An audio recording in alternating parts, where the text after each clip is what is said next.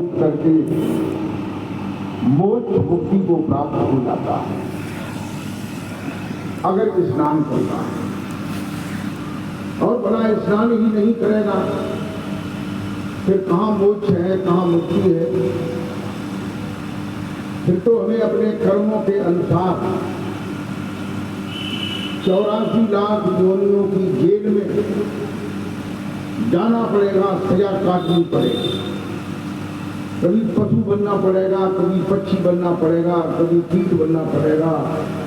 तमाम तरह के 84 लाख तरह के जो शरीर हैं उनमें जाना पड़ेगा।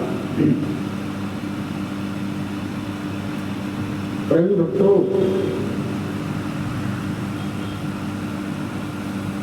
इसलिए जो है हम उस ज्ञान की गंगा में स्नान करें। उस ज्ञान की गंगा के लिए हमें कहीं जाना नहीं पड़ेगा। वो गंगा जो है तुम्हारे ही पास। प्रेमी भक्तों,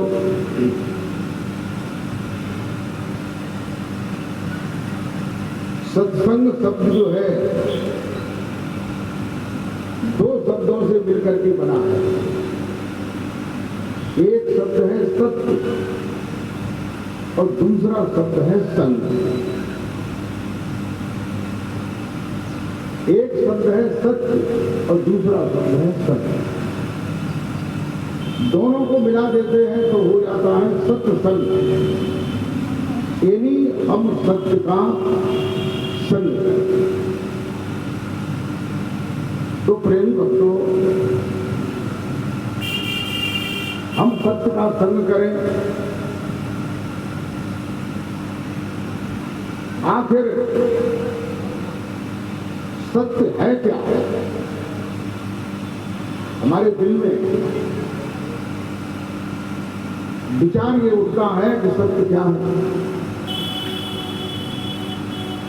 तो हम आप लोगों को सत्य के बारे में थोड़ा सा बताना चाहूंगा। सत्य की क्या परिभाषा है, सत्य किसे कहते हैं। अगर आप जो है इस सत्य की परिभाषा को समझ गए तो आप धीरे धीरे सत्य के रास्ते की ओर आ जाए। अगर ये समझ गए तो प्रेमी भक्तों, सत्य की परिभाषा है कि सत्य जो है जैसा पहले था, कब जब पृथ्वी नहीं थी, सूरज नहीं था, चंद्रमा नहीं था, ब्रह्मा विष्णु महेश नहीं थे, दिग्पाल कुबेर चित्ररथ नहीं थे, कोई सृष्टि नहीं थी, कुछ नहीं था, उस समय भी सत्य था। अब आप ये विचार करें तो वो कैसा सत्य है जो उस समय था।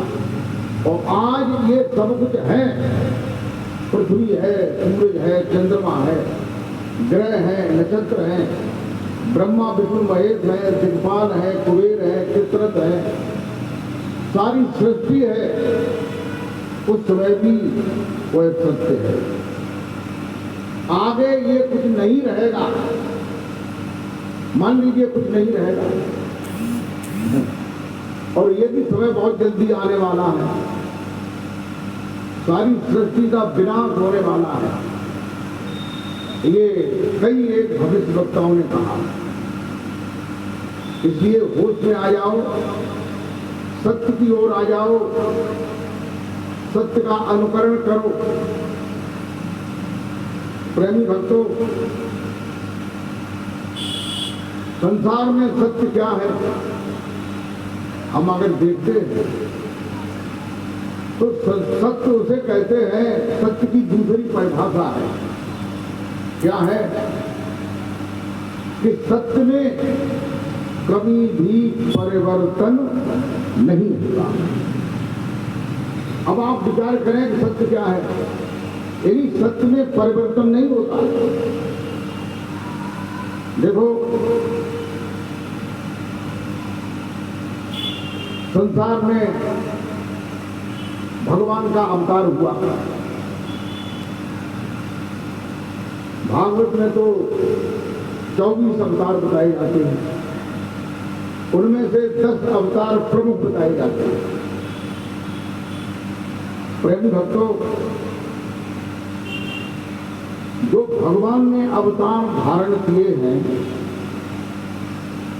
क्या वो भगवान सत्य है? बताइए, प्रश्न उठा है, क्या भगवान सत्य है? नहीं। अगर भगवान सत्य है तो उनका जन्म फिर क्यों हुआ? जिस चीज का जन्म होता है, जो जन्मता है, उसकी मृत्यु भी होती है कि नहीं? देखिए, एक छोटा सा उदाहरण मैं आप लोगों को बता रहा हूं।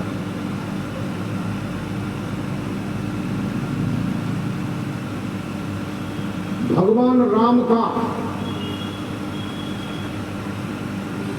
चैत्र की नवमी को जन्म हुआ, ऐसा हमारे ग्रंथ कहते, रामायण कहती है, जन्म हुआ। देखो, एक शब्द और आता है जिसे कहते हैं प्रगट। जैसे ये भी कहते हैं कि भगवान के लिए कहते हैं कि भाई प्रगट कृपाला दीन दयाला भक्तन के हितकारी, तो भगवान को प्रगट कह देते हैं। लेकिन जो हम संसार में और लोग जो है, उन्हें जो है कहते हैं जन्म हुआ। जन्म में और प्रगट में कितना अंतर है? कोई खास अंतर नहीं। जैसे जब किसी बच्चे का जन्म हुआ, तो जन्म के पहले वो कहां था? मां के उदर में। और जब बाहर आया तो उसे क्या कहते हैं? जन्म हुआ या प्रकट हुआ। यानी जब पेट में था तब अप्रकट था, अप्रकट था, यानी वो दिखाई नहीं दे रहा था, सामने नहीं था, और प्रकट हुआ तो सामने आ गया। इसे प्रकट कहते हैं। प्रकट और अप्रकट। तो प्रेमी भक्तों, कहने का अभिप्राय ये है कि भगवान ने अवतार लिया, प्रकट हुए, उसके बाद जो है धीरे धीरे बड़े हुए। कहते हैं वो स्वामी तुलसीदास जी ने रामचरितमानस में कहा है, क्या कहा है कि गुरु ग्रह पढ़न गए रघुराई, और अल्प काल सब विद्या पाई। गुरु ग्रह पढ़न गए रघुराई, अल्प काल सब विद्या पाई।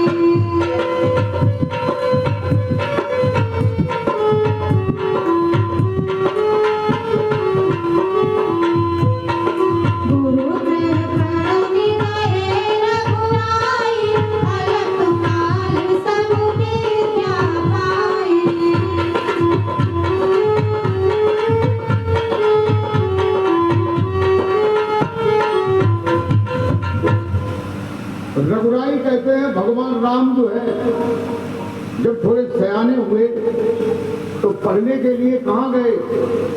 गुरु गृह पढ़ने गए रघुराई। गुरु माने जो उनके गुरु वशिष्ठ जी थे, उनके गृह माने घर, पढ़ने के लिए। अल्पकाल सब विद्या पाई, थोड़े ही समय में। जो विद्यार्थी विवेकवान होता है, बुद्धिमान होता है, वो किसी भी शिक्षा को जल्दी ही प्राप्त कर लेता है। प्रेम भक्तों, भगवान राम जो है गुरु जी के यहां पढ़ने गए, तो उन्होंने शिक्षा और दीक्षा दी। देखिए, एक होती है शिक्षा और एक होती है दीक्षा। लोग ये नहीं समझते हैं, कोई दीक्षा कोई शिक्षा, कोई दीक्षा कह देते हैं। शिक्षा जो है वो सिख धातु का तत्व है। सिख धातु यानी सिख का मतलब है सीखना, किसी चीज को सीखना। जैसे हिंदी, उर्दू, अंग्रेजी, मुड़िया, मुड़िया, पंजाबी, तेलुगु, पंजाबी, सिक्कम, भूटानी, मराठी, बंगाली, तमिल, इंग्लिश, अरबी, उर्दू, ये सब क्या है? विद्याएं। ये सीखी जाती है, शिक्षा में ये आती है, इसको सिखाया जाता है। और दीक्षा किसे कहते हैं? दीक्षा जो है वो दर्शन फिलॉसफी का शब्द है। दर्शन फिलॉसफी का यानी जिसमें देखने से अभिप्राय है। देखने से, देखना कैसा है? यानी दीक्षा जब दी जाती है तो गुरुदेव भगवान के नाम को दिखाते, परमात्मा के नाम को दिखाते हैं, भगवान का दर्शन दिखाते हैं, दर्शन कराते हैं। तो ये क्या है? दीक्षा है, इन देखना। देखो कबीर के एक शिष्य हुए हैं धर्मदास, तो उन्होंने एक भजन में लिखा है, क्या लिखा है?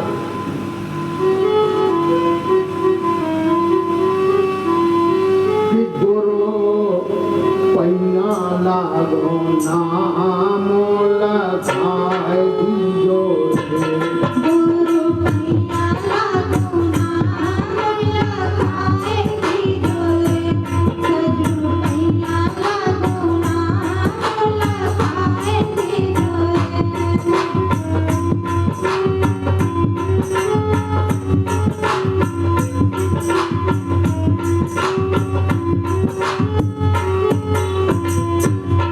आरे लखाए दीजो रे, आरे लखाए दीजो रे, दरसाए दीजो रे, लखाए दीजो रे, दरसाए दीजो रे।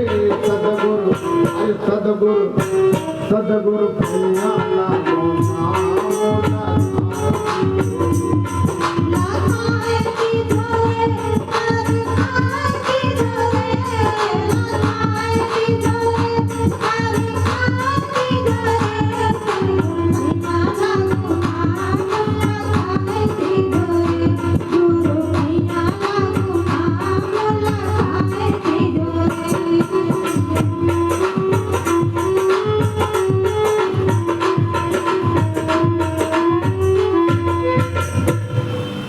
देखो धर्मदास क्या कहते हैं कि सद्गुरु पैया लागू नाम लखाए, यानी लखना माने देखने से होता है। तो उन्होंने ये नहीं बताया कि गुरु पैया लागू नाम बताए दियो रे। अगर सिखाया जाता तो बताया, जैसे मंत्र बताया जाता है ओम नमो भगवते वासुदेवाय, बताया कि नहीं? कानों से सुना और उसे सीख लिया कि ओम नमो भगवते वासुदेवाय।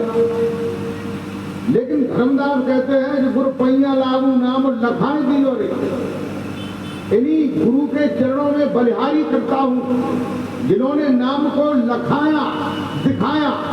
कहां दिखाया? शरीर के अंदर, श्वासों में जो नाम रमण कर रहा है, उस नाम को गुरु महाराज जी ने दिखाया। गुरुदेव भगवान की जय। उसकी परख कराई। देखिए गोस्वामी तुलसीदास जी ने भी एक जगह पर ये कहा है, नाम लिखने की बात में ये बताया है। क्या बताया?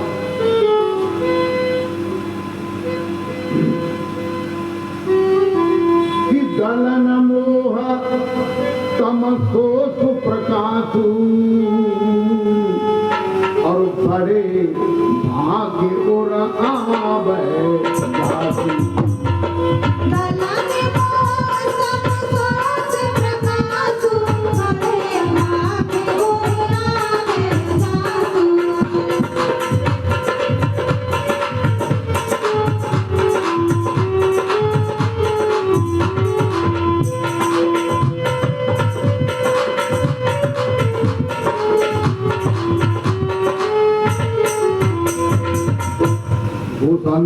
तुलसीदास जी कहते हैं, क्या कहते हैं, दल माने समूह, काफी मात्रा।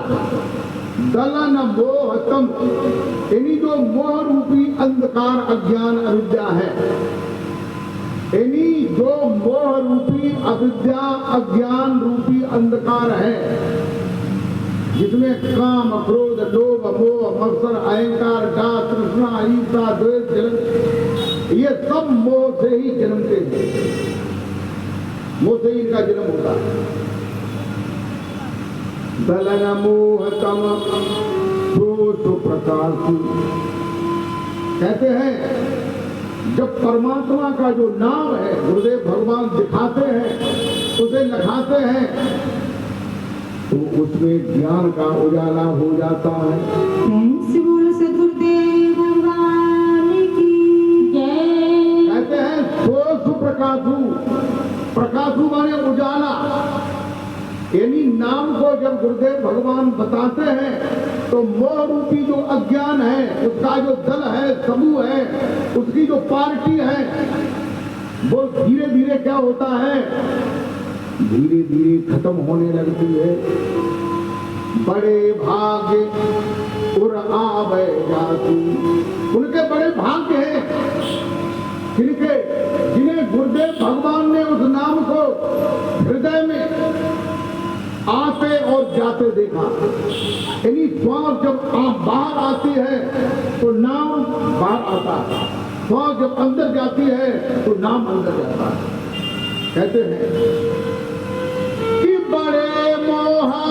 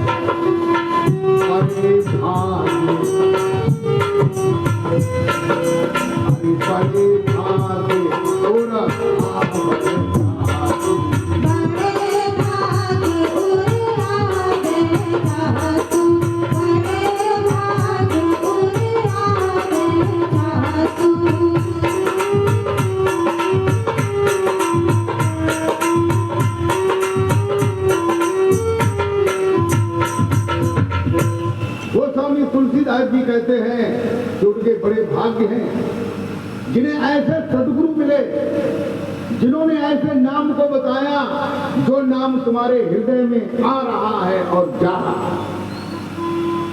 जो नाम जो है हृदय में जिसे देखा गया है, परखा गया है, पहचाना गया है, ऐसे नाम का स्मरण करके जिनसे मोह का दल का दल, समूह का समूह जो है खत्म हो जाता है। देखिए मोह किसे कहते हैं ये तो सब लोग जानते होंगे।